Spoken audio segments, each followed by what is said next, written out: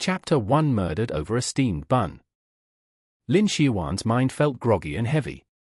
She could smell a salty and fishy scent distinctive to the beach, while the sound of waves beating on the shore faintly traveled to her ears. This must be a dream. It must be. Her hometown was located in the inner regions. She had only seen the sea once in her life when she visited her sister, who studied in a university located beside the sea. Why would she be able to hear the sound of waves now? Lin Xiaowan tried her best to open her eyes, but she was unable to break away from the clinging darkness. It felt like a nightmare. Her mind was sober, but she couldn't wake up. Second sister, second sister. Wah, second sister, you can't die.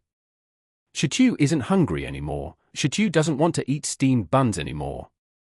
Second sister, please wake up. Lin Xiaowan felt a light weight beside herself, shaking her arm desperately. Second sister? That wasn't right. She was the eldest child in her family. Her parents had died when she was in middle school.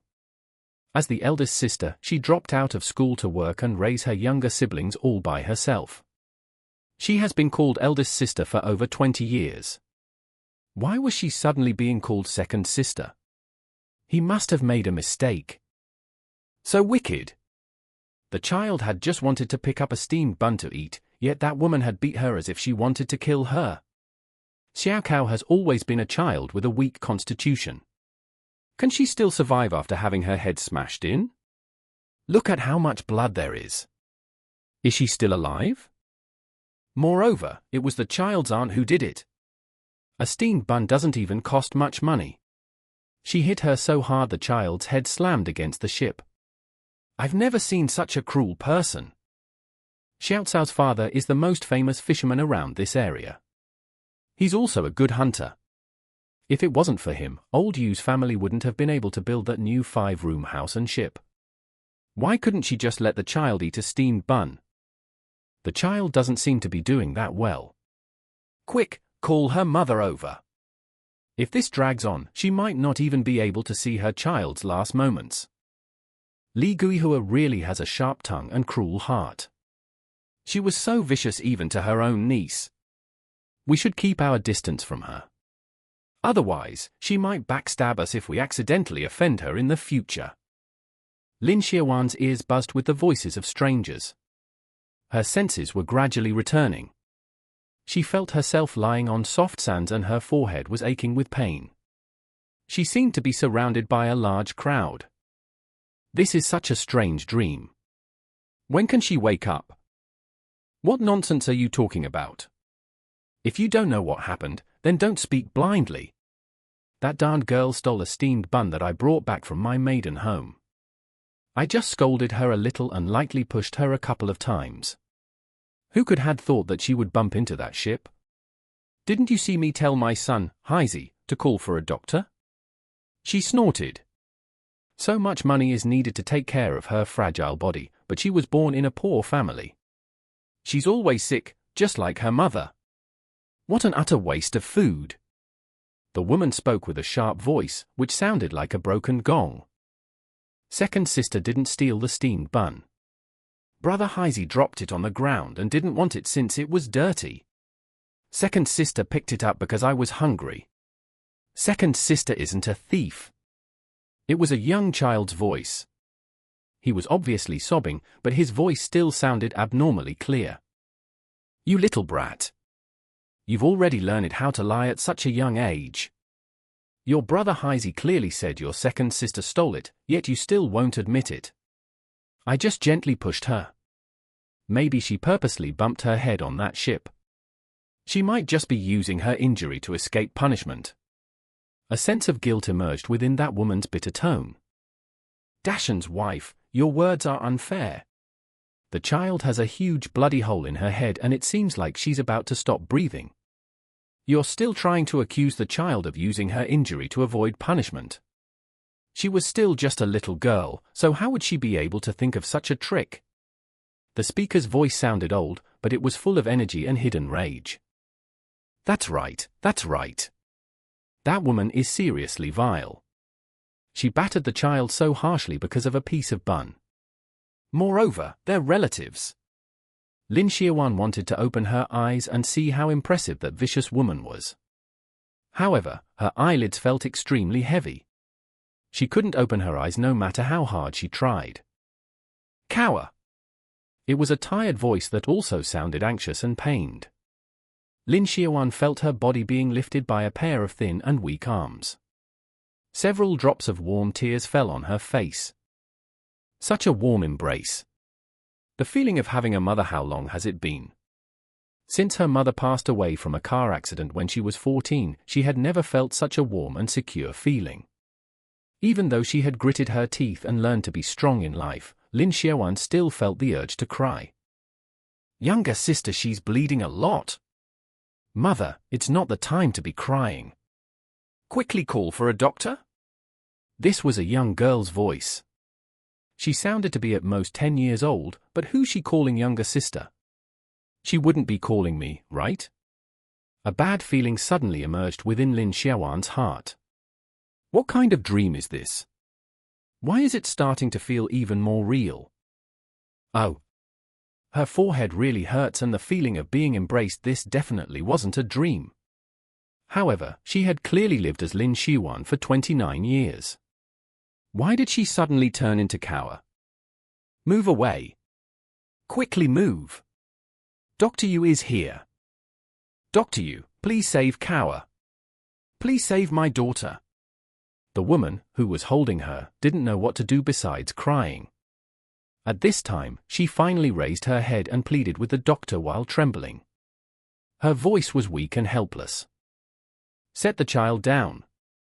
Let me stop her bleeding first. Lin Xiaowan felt a pair of hands gently wiping the blood on her forehead. When her wound was being cleaned, she felt a sharp pain that made her body shake violently. She opened her eyes slightly, but the piercing light made her shut her eyes again. She's awake, she's awake. Xiao Cao is awake. Someone in the crowd exclaimed. Dr. Yu gently helped the young girl bandage her wound, while saying, it's good that she's awake. However, her body has always been weak and she had bled so much just now. She needs to properly rest for some time. Be sure to give her some nutritious foods to help her recover. Lin Xiaowan slightly opened her eyes and slowly got used to the brightness. She was stunned when she finally saw her surroundings. Why was she surrounded by a group of people wearing ancient period clothing? She thought back to the voices she had heard earlier. Did she get caught up in a ridiculous transmigration plot? Cower, you're awake? Does your head hurt? Tell mother, do you still feel uncomfortable anywhere? Lin Xiaowan turned her head towards the voice and stared into a gaze full of concern and pain. Is this her mother? Isn't she too young? She didn't look that much older than herself. Younger sister, who beat you up like that? I'll go scold them for you. This thin little girl, who seems to be less than 10 years old, was her older sister? Lin Xiaowan widened her eyes, then lowered her head to look at herself. She saw a pair of tiny hands and a small body. She smiled bitterly in her heart. Did the heavens take pity on the difficult life she had previously and granted her a chance to regain her childhood? However, why didn't the heavens give her a better family? The whole family were dressed in rags and their faces were wan and haggard. They were so poor that they would even pick up a steamed bun that someone else had thrown away. Doesn't that seem too miserable? Lin Xiaowan gradually recovered from the shock of being transmigrated. Since she had already came, she's just going to go with the flow. Her younger siblings from her previous life had already gotten jobs and formed their own families. It was probably a good time for her to step back and rest. However, she did wonder if her siblings would be sad about her suddenly passing away. For a moment, Lin Xiaowan fell into a trance. She thought back to when she was 15. She had just entered the second year of middle school that year. Her parents had left early in the morning to sell vegetables like usual, but they had gotten in a car accident on the way and passed away. Her uncles hastily took care of her parents' funeral before leaving in a hurry, as if they were scared that the 3 orphan children would cling on to them. As the eldest sister, she had dropped out of school ever since she was young. She took the heavy responsibility of raising her siblings on her slender shoulders. That year, her sister was 12, while her brother had just turned 10. Over the next 14 years, she not only took care of their family's 3 acres of farmland, but also worked various jobs for the sake of her younger siblings' school fees. She was afraid that she wouldn't be hired because of her age, so she would lie by saying that she was 17 and that she just looked young. She had sold vegetables, helped others sell fruits, and worked as a waiter. She had also worked in a factory later on. The lady boss of a braised food store had helped her after she noticed that she was able to endure hardships and was honest and kind. The lady boss also pitied her due to her circumstances. Thus, she hired her to help out in her store. The braised food store provided good benefits. Accommodation and meals were provided, and the wage was higher than other stores. The lady boss had also taught her the secret recipes for her braised foods without any reservation. Later on, when the lady boss decided to return to her hometown, she sold the braised food store, which was well known and doing rather well, to her at a low price. With this small braised food store, she was able to earn enough money to support her younger siblings through middle school and high school. Her younger sister was an intelligent child, and her heart ached for her sister who had to wake up while it was still dark to work in order to send her to school. After graduating high school, her younger sister skipped the national college entrance examination without telling her and secretly followed the other girls from the village to find work in the south. Lin Xiaowan had cried her heart out for this matter when she found out. She hated herself for being useless and hindering her sister's future. Even if it wasn't a famous university, her sister should have been able to enter a decent university with her grades. Her younger brother had always ranked at the top of his class since he was young. He had even skipped a grade in both elementary school and middle school. When he was 15 and still a sophomore in high school, he had pestered his homeroom teacher to help him register for the national college entrance examination. On his career form, he only filled in military academy as his first admission choice and left all the other slots blank. There were no tuition fees for the military academy, and they also gave a standard allowance. Those with excellent grades would be assigned to the local army and would even be ranked as a deputy officer. She knew that her brother had just wanted to lessen her burden. 14 years had passed in a blink of an eye. While working, her sister had continued to study and earned a bachelor's degree. After that, she became a white-collar worker and even found love. Her younger brother performed outstandingly while studying in the military academy. He graduated when he was 19 years old and was assigned to the Jinling military camp. He became the youngest officer in the camp. Later on, her tall and handsome brother, who was exceptional in all areas, caught the eye of the deputy commander of the camp. The deputy commander introduced his granddaughter to her brother and they fell in love.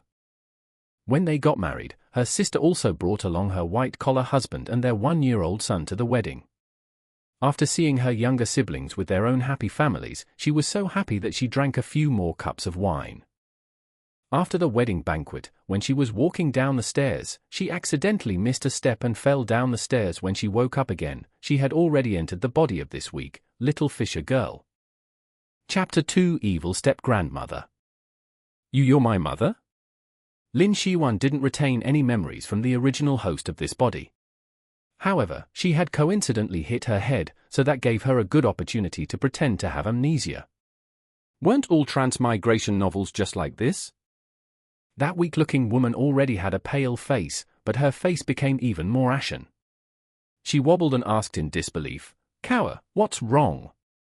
Why can't you even remember your own mother? Dr. Yu, what's exactly wrong with my daughter?" Dr. Yu was an old man in his 50s. He stroked his beard and frowned. After a moment of deliberation, he said, "When I was younger, I had read a medical book that mentioned a similar case. There was a man who stumbled down a mountain and injured his head, losing all his memories. Little girl, try thinking a little harder. Can you remember anything?" Lin Xiaowan, who was now Yu Xiaokao, scrunched up her face and pretended to think harder. After a long moment, she shook her head firmly and said, "My mind is completely blank. I can't remember anything at all. My poor daughter Dr. Yu, can Cower's illness be cured? Is there any danger to her life?" Yu Xiaoca's new mother in this lifetime held her hand and wept silently. The villagers surrounding them clicked their tongues, shook their heads, and sighed. Madame Liu's life had been rather tough. Her mother-in-law was vicious and harsh, while her sister-in-law was lazy and selfish. After she gave birth to her youngest son, she didn't get to properly recuperate. Thus, she became prone to illness. However, her mother-in-law still ordered her around without letting her rest. Even after all that, her mother-in-law was still unsatisfied with her and constantly picked on her. Although her husband was capable to earning money, Madame Liu had never received a single cent before her mother-in-law, Madame Zhong, pocketed all the money. Her younger daughter was born sickly and wasn't expected to live very long. Now she even injured her head. Doctor, you consoled her, don't worry. As long as there aren't any other symptoms, her health wouldn't be affected. Maybe she will start recovering her memories after a few more days. Bring her home first so that she doesn't catch a cold. Thank you so much, Dr. Yu. We've troubled you again. Yu Xiaocao's mother, Madame Liu, wiped her tears with the corner of her clothes and bent down to pick up her daughter. However, a young man in his 20s had already picked Yu Xiaocao up before she could do so and said, "Second sister-in-law, let me carry her." Yu Xiaocao blinked and stared at this tall and thin man with curiosity. He was a young man with a refined aura. As someone with the mentality of a 26 years old, it felt somewhat weird to be carried by a young man like this. The young man flashed a smile at her and asked, "Xiaocao, do you still remember third uncle?" "I don't remember you." Yu Xiaocao shook her head honestly. Her movement pulled on her wound and made her grimace in pain. The young man hastened his pace and carried her towards a room inside a courtyard. Yu Xiaocao wanted to walk by herself, but she had lost too much blood. She was still too dizzy and weak, so she could only stay in her third uncle's arms. She just kept reminding herself, "I'm a child, I'm just a child right now." Her eyes weren't idle as she carefully looked around and got a general idea about her surroundings. This was a small fishing village that was close to the sea. There were mostly old straw houses in the village. Their family had a 5-room residence with a courtyard, so they can be considered a family with above-average living conditions in the village. However, if her family had decent living conditions, why had the original host of this body died because of a small and dirty piece of steamed bun? What happened? A white-haired old woman with deep wrinkles around her mouth came out from the main room. When she saw her daughter-in-law carrying a blood-covered Yu Xiaocao in her arms, she frowned and grumbled, "You went out so early this morning. Where did you go? Wouldn't her head injury cost a lot of money to be treated? A family full of sick and useless people. Even a rich family will be ruined by all the medical fees. Second daughter-in-law, is this how you look after your daughter? Second sister didn't fall by herself? Eldest aunt pushed her." The little boy, Shichu, swiftly replied. He straightened his back, trying to protect his sick and weak sister. The wrinkles on the old woman's face deepened as she furrowed her brows. Her fierce gaze shot towards the plump figure hidden behind them. She coldly shouted, "Eldest daughter-in-law, what exactly happened?" Her eldest daughter-in-law, Madame Li's, eyes darted around before she answered evasively, "Heizi told me that Xiaocao stole a steamed bun from my room. I just didn't manage to hold back my anger."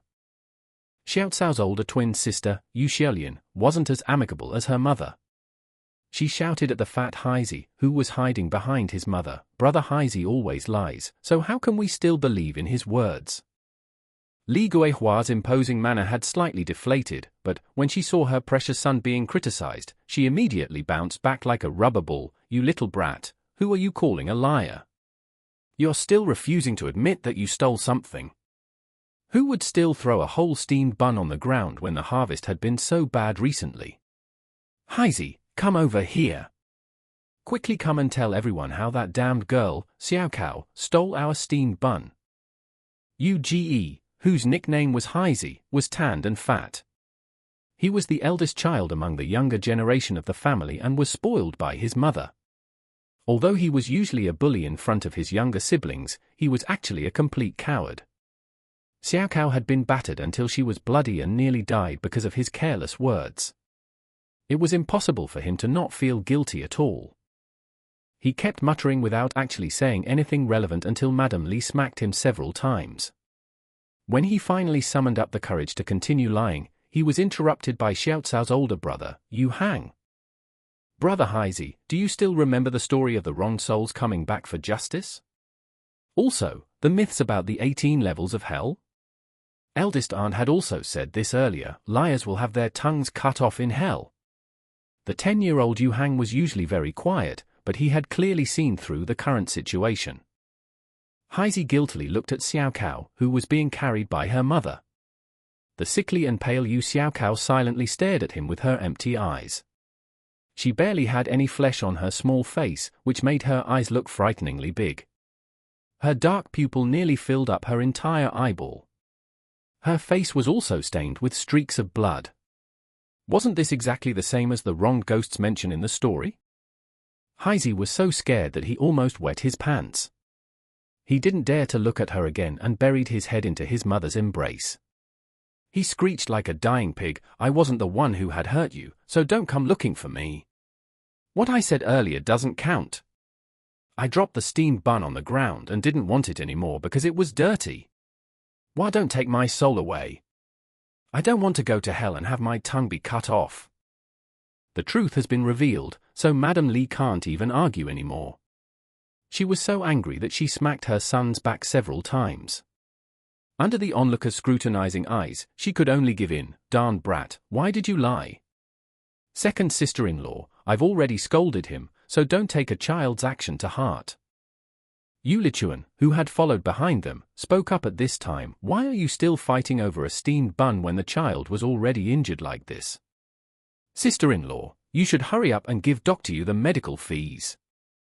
Yu Lichuan was the eldest brother of Xiao Cao's grandfather, Old Yu. The two families didn't have a close relationship due to Xiao Cao's grandmother, Madame Zhong. When Madame Zhong heard that she needed to pay for that useless brat's medical fees, she widened her eyes and spoke through gritted teeth. "Brother-in-law, that's easy for you to say.